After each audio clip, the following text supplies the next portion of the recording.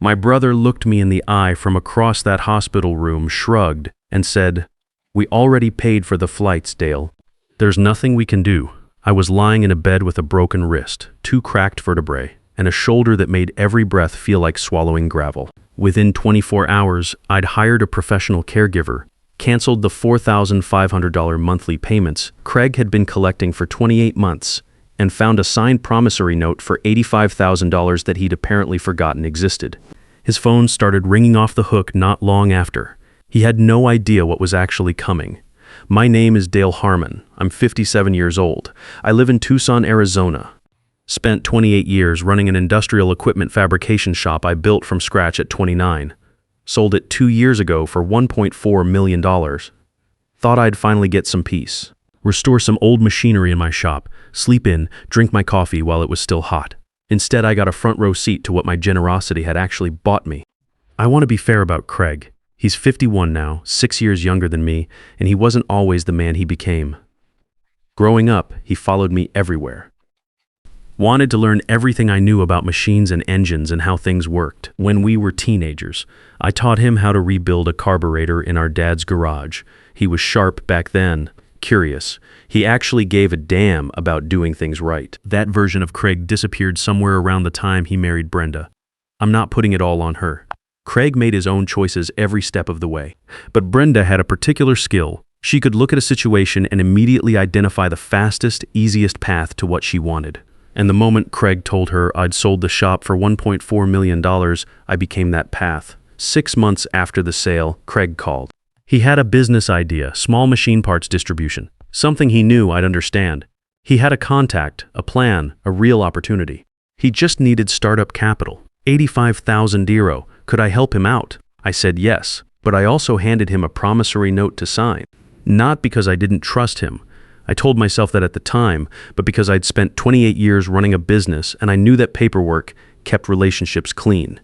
Craig signed it without hesitating. I filed it in a folder in my office cabinet, told myself it was just a formality between brothers, and mostly forgot about it.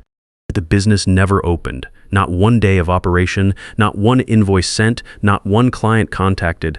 When I asked Craig about it 4 months later, he had a rotating list of excuses. The contact fell through, the market shifted, he needed more time to research.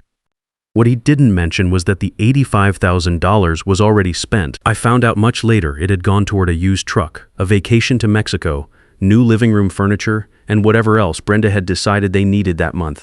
Then came the request for monthly support. Craig called, voice low, sounding genuinely stressed. He was behind on rent, struggling with bills, just needed a bridge. Could I help with $4,500 a month, just temporarily, until he got back on his feet? I wired the first payment that same week. That was 28 months ago. The payments never stopped. Brenda quit her job at the nail salon within 90 days of that first wire.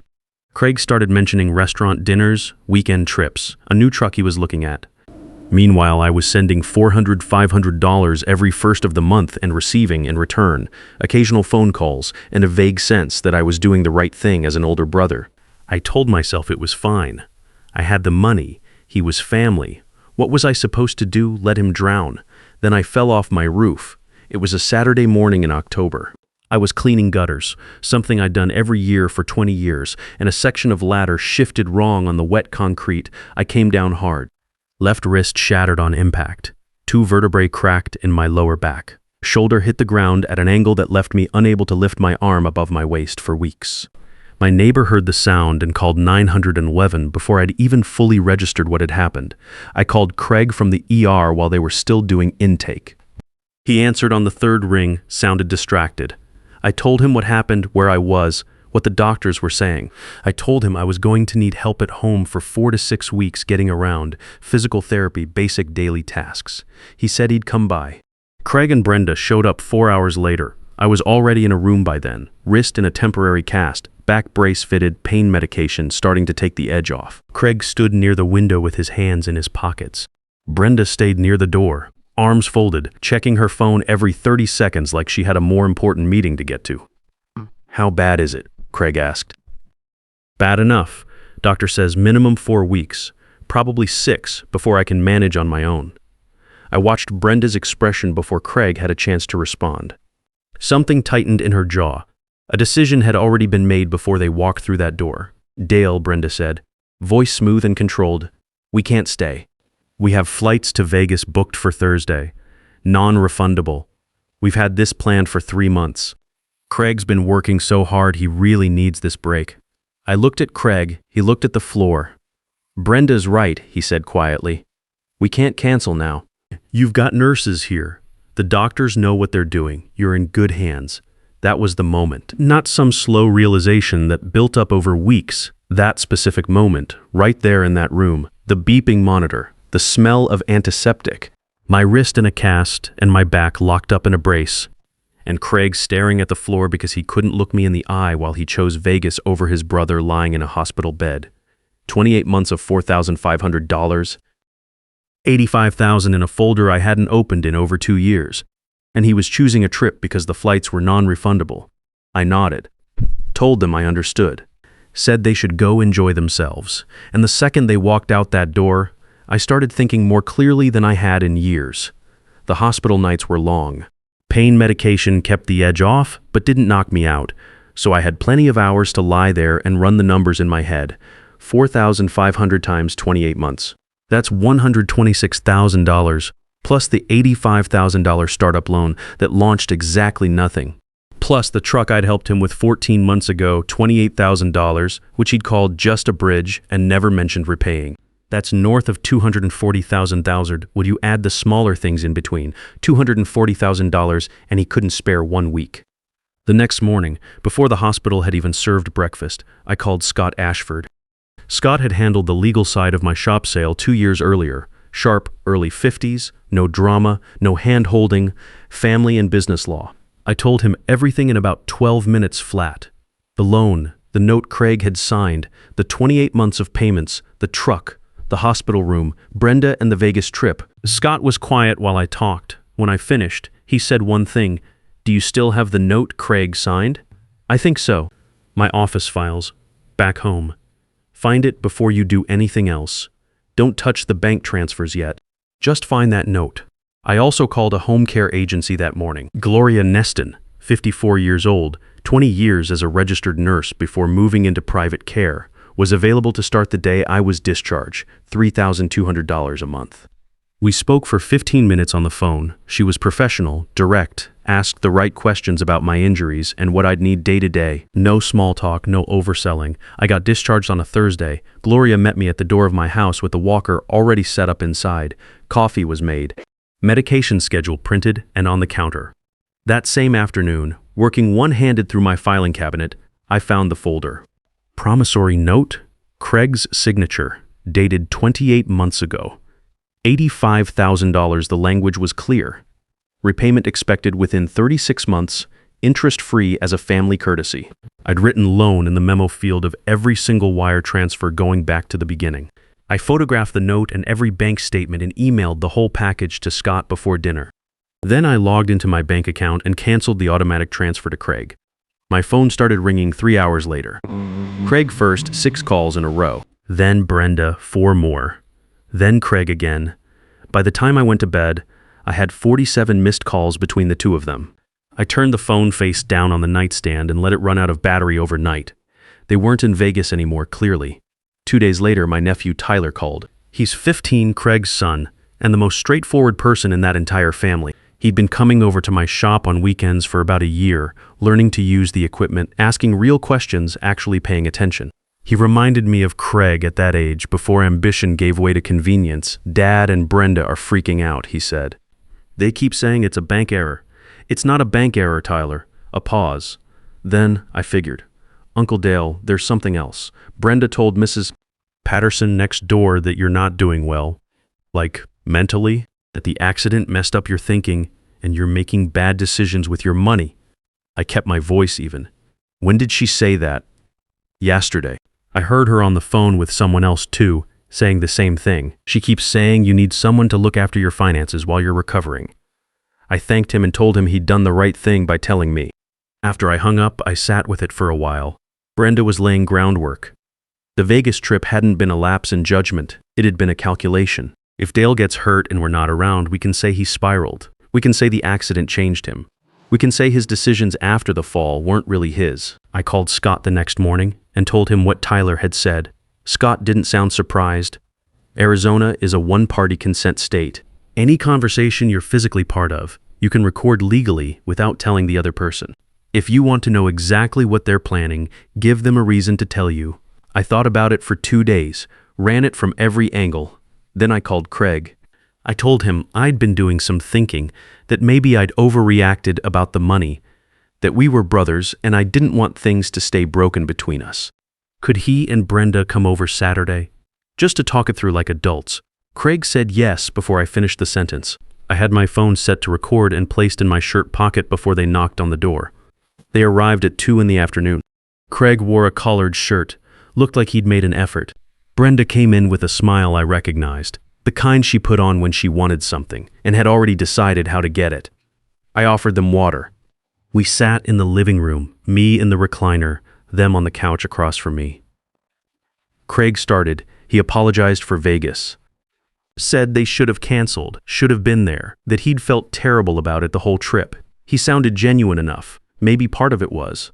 But I'd learned by then that Craig's remorse had a shelf life. It lasted exactly as long as it took for things to go back to normal. So I nodded and let him talk. After about 5 minutes, Brenda took over. She leaned forward slightly, voice calm and measured, like she was explaining something reasonable to someone who just needed a little guidance. Dale, we're worried about you.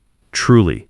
This kind of injury, the pain, the medication, the disruption to your routine, it takes a real toll, not just physically, mentally, emotionally. We've seen it with people we know. You start making decisions that aren't really you. I said, I feel pretty clear-headed. Of course you feel that way. That's part of it. She smiled. We just think temporarily while you're in recovery, it would take a lot of pressure off you to have someone helping manage the financial side of things. Bills, accounts, transfers. Just so you're not dealing with all that on top of healing. She reached into her bag and put a single sheet of paper on the coffee table between us.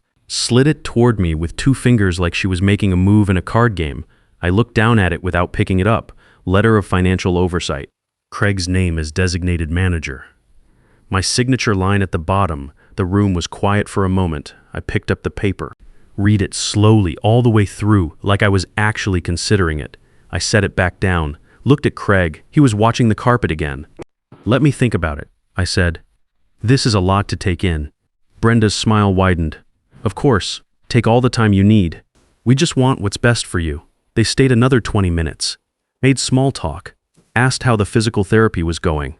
Brenda complimented the house. When they left, Craig patted my shoulder at the door and said they'd talk soon. I stood on the front step and watched them pull out of the driveway. Then I went inside, sat down, and emailed the recording to Scott. He called me back within the hour. This is exactly what we needed. She walked right into it. Scott filed the civil lawsuit 2 weeks later. The claim was straightforward. $85,000 based on the signed promissory note and 28 months of bank statements, every one of them with loan written in the memo field. Clean paper trail. Craig's own signature on the note. No ambiguity about intent. Craig hired a lawyer. Younger guy, not much experience with civil contract cases from what Scott could tell. At the first hearing, his argument was predictable. The money was a gift. Brothers help each other. There was never any real expectation of repayment. It's the first thing anyone tries when they don't have paperwork on their side. Scott let him finish. Then he put the promissory note on the table, walked through each bank statement one by one, pointed out that the word loan appeared in the memo field of every single transfer, 28 consecutive months without exception. Then he played a short section of the recorded conversation, Brenda's voice, calm and clear, explaining that Dale's financial decisions during recovery weren't really him and proposing that Craig take over management of his accounts. The judge, a woman in her 60s, no nonsense, had clearly seen every version of this kind of case, listened without expression. When Craig's lawyer tried to argue the recording was taken out of context, she held up one hand. Counsel, your client's wife, in the presence of your client, proposed that your client assume financial control over the plaintiff's accounts while he was recovering from an injury. The plaintiff had already canceled a long-standing financial transfer to your client the week prior. Does your client dispute that this conversation took place? The lawyer paused too long. He disputes the characterization. That's not what I asked. That was more or less the end of the argument. The ruling came down 4 months after Scott filed the initial claim.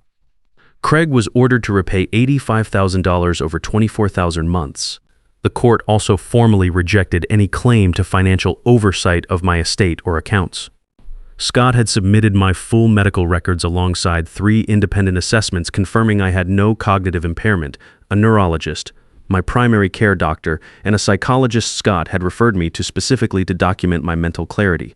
All 3 said the same thing: fully competent, no signs of impairment, no medication affecting judgment.